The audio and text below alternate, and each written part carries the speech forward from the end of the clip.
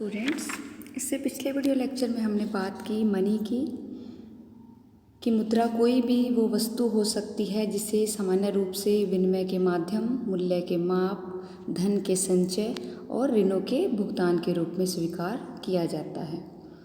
फिर हमने देखा कि जब मनी नहीं थी तो पहले बार्टर सिस्टम प्रचलित था और उस सिस्टम में बहुत सारी कठिनाइयाँ सामने आई ह्यूमन बीइंग के सामने। तो उन कठिनाइयों को दूर करते हुए ही मुद्रा का आविष्कार किया गया। मुद्रा की विशेषताओं की भी बात की हमने इससे पिछले वीडियो लेक्चर में। आज हम बात करेंगे evolution of money and it's forms, कि मुद्रा की उत्पत्ति किस तरह हुई और आजकल इसके कौन कौन से रूप प्रचलित हैं। तो आज वर्तमान समय में हम जिस तरह की मुद्रा का प्रयोग कर रहे हैं उसकी जो उत्पत्ति है वो कई डिफरेंट लेवल से हुई है। पुराने समय से लेके आज तक जो मनुष्य है उसने अपनी आवश्यकता के अकॉर्डिंग या जिस तरह का आर्थिक व्यवस्था उस समय प्रचलित थी या जिस तरह के संसाधन उसके पास मौजूद थे उसका प्रयोग करके अलग अलग तरह की मुद्रा का प्रयोग किया है। तो मुद्रा को जो हम प्रेजेंट टाइम में मुद्रा यूज़ कर रहे हैं उसकी जो उत्पत्ति है वो इसका एक हिस्टोरिकल इवोल्यूशन जो एक लंबी प्रोसेस से हुआ है उसी को ही हम आज डिस्कस करेंगे। इससे पहले कि हम इसकी डिटेल डिस्कशन करें, आप इस डायग्राम में इसका एक ओवरऑल रूप देख सकते हैं कि किस किस तरह की जो मनी है वो आजकल प्रचलित है या पहले कौन से रूप थे और आज जो मुद्रा का प्रचलित रूप है वो कैसे इस अवस्था में पहुंचा है, कौन कौन से स्टेजेस को पार करके। तो सबसे पहले बार्टर सिस्टम प्रचलित था, जिससे हमने पिछले लेक्चर में वस्तु विनिमय प्रणाली की बात की थी कि वस्तुओं के बदले में लेन देन किया जाता था। उसके बाद गोल्ड को या सोने को विनिमय के माध्यम के रूप में स्वीकार किया जाने लगा।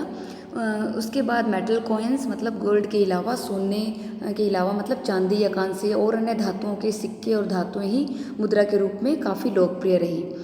उसके बाद पेपर मनी या पत्र मुद्रा का आविष्कार किया गया, क्योंकि धातु मुद्रा में या मेटल कॉइन्स में कई तरह की दिक्कतें थी उसको यूज़ करने में, जिसके बावजूद पेपर मनी प्रचलन में आई जिसमें नोट्स और कॉइन्स लिए जाते हैं। उसमें भी कई तरह के सिस्टम प्रचलित थे पहले, और आजकल जो सिस्टम है वो हम डिटेल में इसकी बात बाद में करेंगे।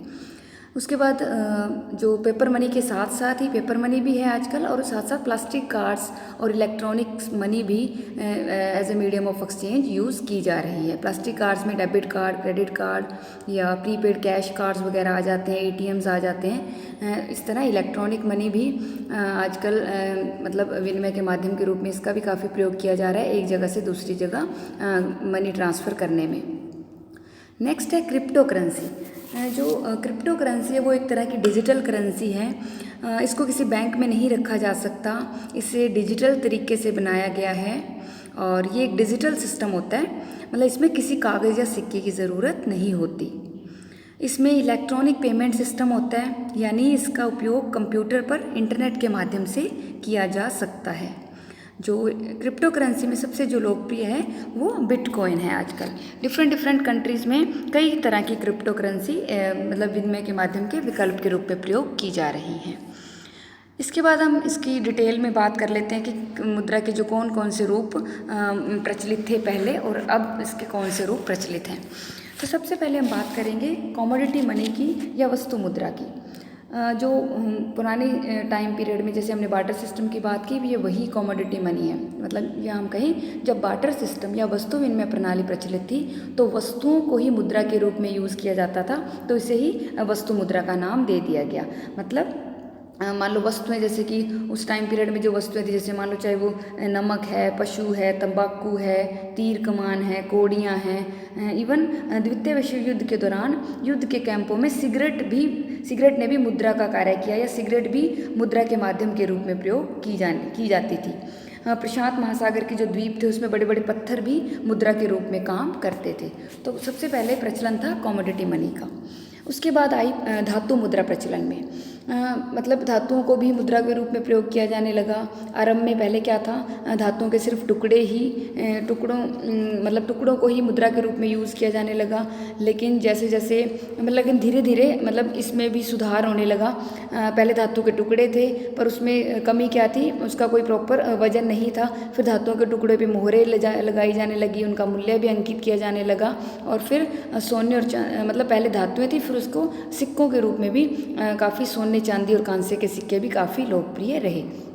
पुराने समय में क्या था, सोने के सिक्के चलते थे, जिसमें क्या था, उनका अंकित मूल्य और आंतरिक मूल्य दोनों बराबर थे। लेकिन समय के साथ साथ इस प्रथा को त्याग दिया गया और उसके बाद जो सिक्के थे उसमें आंतरिक मूल्य पर कोई ध्यान नहीं दिया जाता था। मतलब आंतरिक मूल्य और उसका जो अंकित मूल्य उसका बराबर होना ज़रूरी नहीं था। तो इस तरह से सोने और चांदी और कई तरह की धातुओं को मुद्रा के रूप में काफ़ी समय तक प्रयोग किया जाता था। नेक्स्ट है धातु मुद्रा में, अब क्योंकि काफ़ी कमियां थी, काफ़ी दिक्कतें आई, तो उसके बाद पत्र मुद्रा या पेपर मनी का आविष्कार किया गया। धातु मुद्रा को क्या था, एक जगह से दूसरी जगह ट्रांसफ़र करना काफ़ी जोखिमपूर्ण भी था और इनकन्वीनियंट भी था, असुविधापूर्वक भी था, उनके चुराए जाने का भी काफ़ी जोखिम था। तो इन सब कठिनाइयों को दूर करने के लिए क्या हुआ, पत्र मुद्रा का आविष्कार किया गया।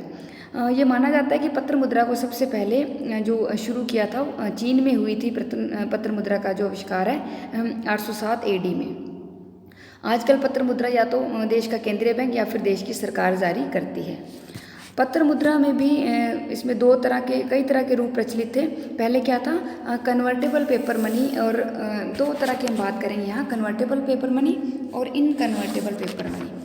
कन्वर्टेबल पेपर मनी क्या होती है कि जिसमें इस पत्र मुद्रा की स्थिति में जब ये मेथड प्रचलित था, उसमें क्या था, जो मॉनेटरी अथॉरिटी थी वो क्या करती थी, नोट प्रचलित कर देती थी, लेकिन वो नोट मतलब धातुओं में कन्वर्टेबल होते थे, या हम कहीं नोटों को एक निश्चित दर पर धातु में बदलना पड़ता था। लेकिन जो अपरिवर्तनशील पत्र मुद्रा थी उसमें क्या है, नोटों को मतलब सिर्फ उसके बदले में नोटों को नोटों में ही बदलने की गारंटी देता था जो केंद्रीय बैंक था या मॉनेटरी अथॉरिटी थी।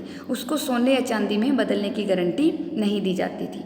और आजकल जो संसार के सभी देशों में जनरली कौन सी है, इनकन्वर्टेबल या अप्रचलनशील प्रणाली ही प्रचलित है। नेक्स्ट हम बात कर लेते हैं क्रेडिट मनी की। पत्र मुद्रा के साथ साथ ही side by side credit money का भी इवोल्यूशन हो गया, क्योंकि लोग जो थे वो जो मान लो उनकी इनकम है उनमें से कुछ भाग वो सारा खर्च नहीं करते थे मान लीजिए, तो कुछ भाग जो बचाते थे तो उन जो बचाए हुए पैसे को वो अगर बैंक में जमा करा देते हैं और उसको वो अपनी कन्वीनियंट के अकॉर्डिंग जब वो थ्रू चेक्स के थ्रू निकलवा लेते हैं तो ये क्रेडिट मनी का एक फॉर्म बन जाता है। तो जो चेक हैं इसको हम क्रेडिट मनी या बैंक मनी कह सकते हैं। ये पत्र मुद्रा के साथ साथ ही प्रचलन में है, मतलब इसको भी एक अल्टरनेट मीडियम ऑफ एक्सचेंज के रूप में यूज़ किया जाता है। या हम कहें आजकल इसी मतलब कैश का प्रयोग जो कम हो गया है और आजकल जो क्रेडिट मनी है या बैंक मनी इसका ही मतलब यूज़ ज़्यादा किया जाता है। और जो विकसित देश है उसमें तो कैश का बहुत ही कम प्रयोग होता है, वहाँ तो चेक को ही विनिमय के माध्यम के रूप में एक्सेप्ट किया जाता है। नेक्स्ट है प्लास्टिक मनी।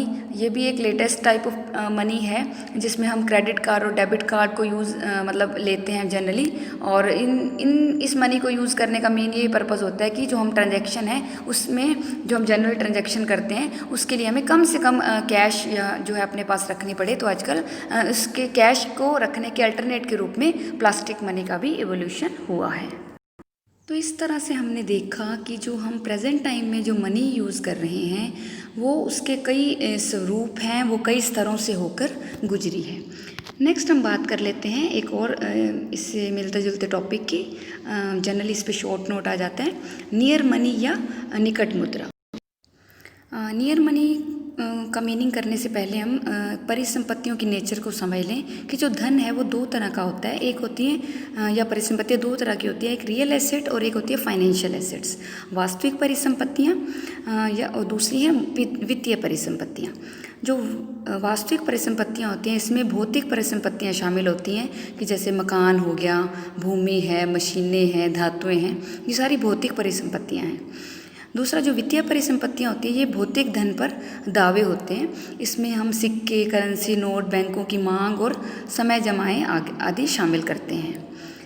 अब जो वित्तीय परिसंपत्तियाँ हैं जिसमें हमने अभी बात की, इसमें करेंसी है, मान लो करेंसी नोट हैं, सिक्के हैं और बैंकों की जो मांग जमाएँ हैं वो तो मुद्रा कहलाती हैं, क्योंकि वस्तुओं और सेवाओं को खरीदने के लिए इनका हम तुरंत नकदी के रूप में प्रयोग कर सकते हैं क्योंकि ये नेचर से लिक्विड है बिल्कुल। लेकिन जो इसमें समय अवधि, जो मैंने समय जमा की बात की, मान लो एफडीज़ हैं, मान लो आपने किसी बैंक में एफडी करवा रखी है तो आपने बैंक में पैसा जमा करा दिया और आपको उसके बदले में उसकी एक रिसिप्ट मिल जाएगी एफडी की। तो मान लो आपने कोई दुकान से कोई चीज़ खरीदनी है, मान लो शर्ट खरीदनी है, तो आप उस एफडी की रिसीट को लेके जाओगे अगर शॉप पे, तो वो बैंक वाला आपको वो शर्ट नहीं देगा। पहले आपको उस एफडी को बैंक में जाके कैश में कन्वर्ट करवाना पड़ेगा। जब कैश में कन्वर्ट कराओगे तो आपको मुद्रा मिल जाएगी। तब जब मुद्रा आई आपके पास, उस मनी से आप मतलब बैंक शॉप पे जाके शर्ट खरीद सकते हो। तो जो समय जमा है वो मनी नहीं है, वो है नियर मनी। मतलब नियर मनी क्या होती है? निकट मुद्रा, या हम नियर मनी उस संपत्ति को बोलते हैं जिन्हें वस्तुओं और सेवाओं को खरीदने के लिए तुरंत प्रयोग में नहीं लाया जा सकता, परंतु जिन्हें आसानी से और जिन्हें बिना मतलब मूल्य में अधिक क्षति उठाए हम मुद्रा में कन्वर्ट कर सकते हैं। तो ऐसी सभी परिसंपत्तियां जिसको हम तुरंत वस्तुओं और सेवाओं को खरीदने के लिए प्रयोग में नहीं ला सकते, उन्हें क्या कहा जाता है? नियर मनी या निकट मुद्रा कहा जाता है। इसमें हम जनरली ले लेते हैं, जैसा कि मैंने अभी बताया, टाइम और फिक्स डिपॉजिट्स नियर मनी का एग्जाम्पल है। दूसरा बिल ऑफ एक्सचेंज है, विनिमय पत्र। विनिमय पत्र क्या होता है? एक तरह का साख उपकरण होता है जिसमें ऋणी को आदेश दिया जाता है कि वो एक निश्चित अवधि, जैसे कि मान लो 90 डेज है, उसके ख़त्म होने पर मतलब ब्याज सहित ऋण की राशि को लौटा दे। किंतु यदि ऋण देने वाले को मतलब समय अवधि समाप्त होने से पहले ही पैसे की ज़रूरत पड़ गई, तो वो इस पत्र को कि मतलब इस जो बिल की क्या करा सकता है? कमर्शियल बैंक में जाके डिस्काउंट करा सकता है, पर लेकिन उसको थोड़ी ब्याज का लॉस होगा। तो इस तरह से हम कह सकते हैं कि बिल ऑफ एक्सचेंज भी नियर मनी है, क्योंकि इसको ईजिली मतलब मनी में कन्वर्ट करवाया जा सकता है।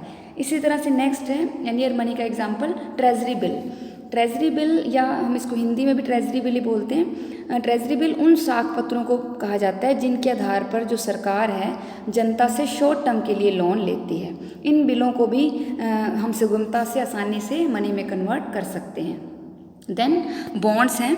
बॉन्ड्स वो डॉक्यूमेंट्स होते हैं जिनके आधार पे सरकार भी और जो फर्म्स हैं वो लॉन्ग टर्म के लिए लोन प्राप्त करती हैं। Treasury bill short term loan के लिए जारी किए जाते हैं, और अगर लॉन्ग टर्म लोन लेना है तो फर्में और जो उद्योग है या सरकार है वो बॉन्ड्स भी जारी करती हैं। बॉन्ड्स को हम ऋण पत्र भी कह सकते हैं।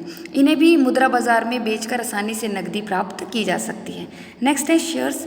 जो जॉइंट स्टॉक कंपनीज होती हैं वो जनता को शेयर जारी करके भी पैसा इकट्ठा करती हैं, और जो शेयर होल्डर हैं, अगर शेयर होल्डर को शेयर बाज़ार में अगर मान लो पहले पैसे की ज़रूरत पड़ गई, तो वो शेयर बाज़ार में अपने शेयर बेचकर नकदी प्राप्त कर सकता है। नेक्स्ट है policies of life insurance companies and units. जीवन बीमा कंपनी की कोई पॉलिसीज़ ले रखी हैं आपने या यूनिट्स ले रखी हैं, तो वो भी नियर मनी का एग्जाम्पल है। जीवन बीमा पॉलिसी की ज़मानत पर हम जीवन बीमा कंपनी से लोन भी ले सकते हैं। इसी तरह यूनिट ट्रस्ट ऑफ इंडिया है, जैसे उसके द्वारा जारी किए गए यूनिट्स को भी आसानी से हम मनी में कन्वर्ट कर सकते हैं। तो इस तरह से ये थे नियर मनी के एग्जाम्पल। तो हमने देखा कि निकट मुद्रा धन का वो भाग है जो लगभग मतलब नियर है, मतलब नियर है मनी के, इसलिए इसको नियर मनी बोल देते हैं, जो लगभग मुद्रा है, मतलब इसे तत्काल और बिना किसी हानि के मुद्रा में कन्वर्ट किया जा सकता है। तो इस तरह से हमने अभी देखा कि मनी की भी बात कर ली हमने और नियर मनी की भी।